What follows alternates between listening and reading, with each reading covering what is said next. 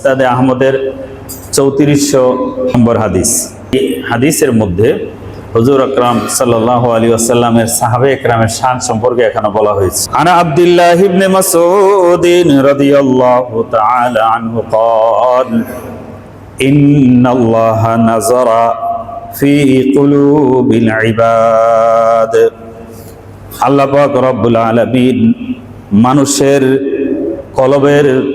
কলবগুলোকে পর্যবেক্ষণ করেছেন। রূহ জগতে মানুষের রূহগুলোকে, আত্মাগুলোকে আল্লাহ পাক রব্বুল আলামিন পর্যবেক্ষণ করেছেন।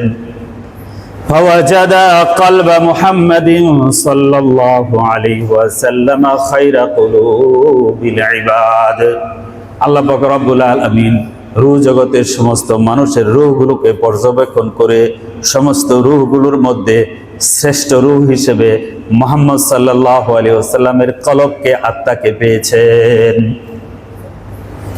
ফাসতাফাহু লিনাফসিহি ওয়া বাতাআসাহু বিরিসালাতি।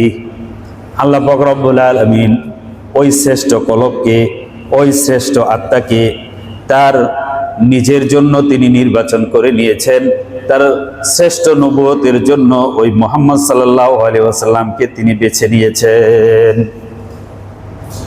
সুম্মা নাযারা ফি কুলুবিল ইবাদ।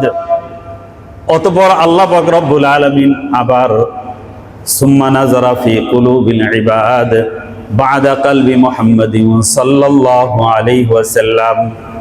মুহাম্মদ সাল্লাল্লাহু আলাইহি ওয়াসাল্লামের কে নির্বাচন করার পরে বাকি কলবগুলোর প্রতি আবার আল্লাহ পাক রব্বুল আলামিন দৃষ্টি দিয়েছেন, আবার সমস্ত রূহগুলোকে পর্যবেক্ষণ করেছেন।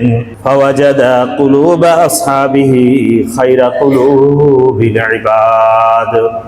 অতঃপর আল্লাহ পাক রব্বুল আলামিন সমস্ত রূহগুলোর মধ্যে রাসূল সাল্লাল্লাহু আলাইহি ওয়াসাল্লামের সাহাবীদের কলবকে শ্রেষ্ঠ কলব, শ্রেষ্ঠ হৃদয় হিসাবে, শ্রেষ্ঠ আত্মা হিসাবে পেয়েছেন।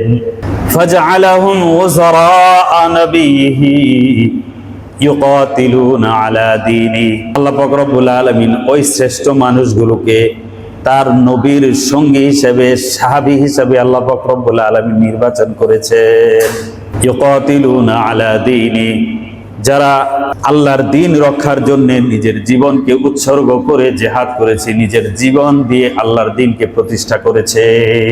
ফামা রাআল মুসলিমুনা হাসানান ফাহুয়া ইনদাল্লাহি হাসানুন ওয়া মা রাআউ সাইয়্যান ফাহুয়া ইনদাল্লাহি সাইয়্যুন। সুতরাং এই মুসলমানেরা, এই মানুষগুলো যেই জিনিসটা ভালো মনে করে, এই নির্বাচিত কলবগুলো, নির্বাচিত মানুষগুলো যে জিনিসকে ভালো হিসাবে সিদ্ধান্ত গ্রহণ করে, আল্লাহ পাক রব্বুল আলামিন তাকে ভালো হিসাবে স্বীকৃতি দান করেন। ফামা রাআল মুসলিমুনা হাসানান ফাহুয়া ইনদাল্লাহি হাসানুন।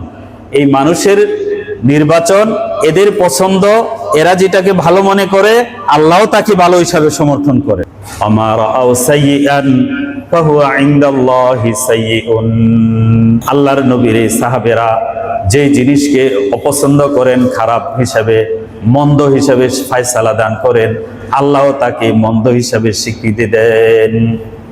রাওয়াহু আহমদ 3418 নম্বর মুসনাদে আহমদের হাদিস। এই বর্ণনা থেকে আমরা ক্লিয়ার বুঝতে পারলাম, যেমনি ভাবে নবীরা আল্লাহর বিশেষ নির্বাচিত, তেমনি ভাবে মুহাম্মদুর রাসূলুল্লাহ সাল্লাল্লাহু আলাইহি ওয়াসাল্লামের সাহাবায়ে কেরামও আল্লাহর বিশেষ নির্বাচিত এবং তাদের সিদ্ধান্ত আল্লাহর পছন্দনীয় সিদ্ধান্ত। সুতরাং সাহাবায়ে কেরামের ইজমা, সাহাবায়ে কেরামের ঐক্যমত, সাহাবায়ে কেরামের সিদ্ধান্ত উম্মতের জন্য ওইরকমই জরুরি, ওইরকমই আমলীয় এবং পালনীয় যেভাবে আল্লাহ এবং আল্লাহ রসুলের নির্দেশগুলো পালনীয়। যেন শরীয়তের উসুল ও বিধান 4টা: কোরআন, সুন্নাহ, হাদিস। কোরআন, সুন্নাহ, ইজমাউল উম্মাহ, উম্মতের ঐক্যমত। সাহাবায়ে কেরাম যে বিষয়ে ঐক্যমত হয়েছে, এটাও শরীয়তের উসুল এবং বিধান মানা ফরজ। এবং চতুর্থ হলো কিয়াস। কোরআন, সুন্নাহ, ইজমা, কিয়াস, এই 4 মূলনীতি হলো ইসলাম ও শরীয়তের মূলনীতি।